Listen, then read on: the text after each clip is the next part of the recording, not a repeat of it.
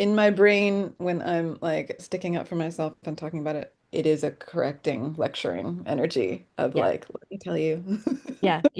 And I would Okay. let that voice out. Like that voice needs to be integrated, not repressed or suppressed. So I would go and find all of my soft toys. Yes, I have some. I would line them up on the couch. I would put little name tags on them for friend with that I gave daggers to, put her name, and then I would lecture her. I would take some time in my sunroom to say, and let me tell you what is wrong with you.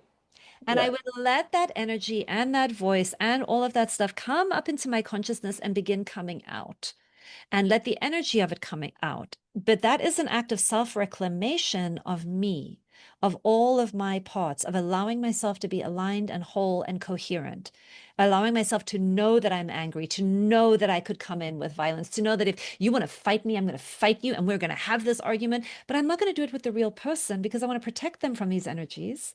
But I don't want to suppress them in myself. I want all of that clarity available to me, but I need to learn how to use it for good, not act it out.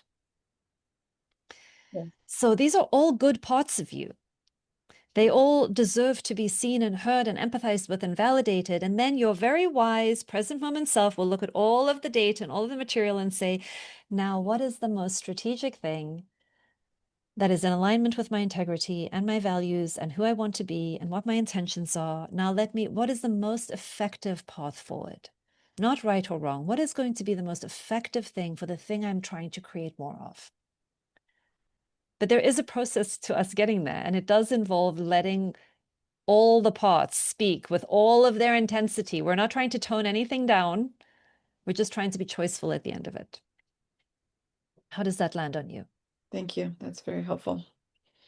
I love the part, especially that you were talking about earlier about it's like it's privilege to get more self-vulnerability from me and feeling it out in the dialogue process.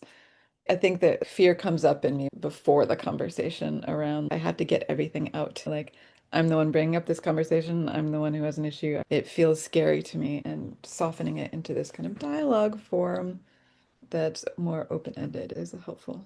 Yeah. Yeah, it's helpful to hear you say that back because I really do want to emphasize the point that dialogue is a co-creative process. And so we give a little bit and we see what we're getting back. And then we respond to what we're getting back. And then we give a new thing. And this is why we can't really ever script out an entire conversation ahead of time because it's iterative. Yeah. And because we might catch somebody on a good day or a bad day, we might catch somebody very resourced or super under-resourced. We want to show up for those moments with as much capacity to surf the waves and respond to the weather.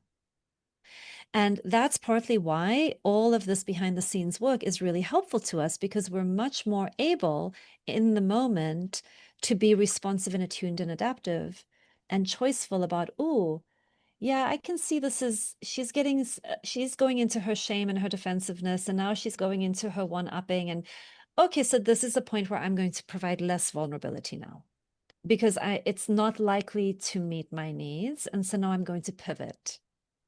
Or she reveals more and more and she matches, so then I will reveal more and more.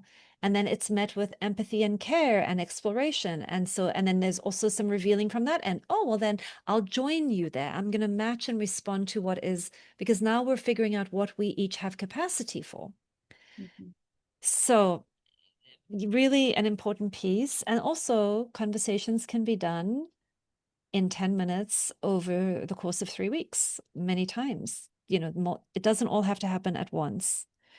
But this piece you're talking about where this event happened, and now I have this like imagination that I'm going to show up and like blah, like vent and put it all on the table and sort of empty my whole handbag, turn it upside down and put it all on the table. I think that's very, very common. Yeah. And I'm not saying there isn't a time that that might work. It might overwhelm the other person and then end up leaving you feeling like you said more than you wanted to. Yes. Yep. Yeah. I'm aware of that. Mm. Thank you so much. This has all been so helpful. I'm so glad that feels like enough. You feel complete. You've got a plan. Yes. Thank you. Okay, good. You're very welcome.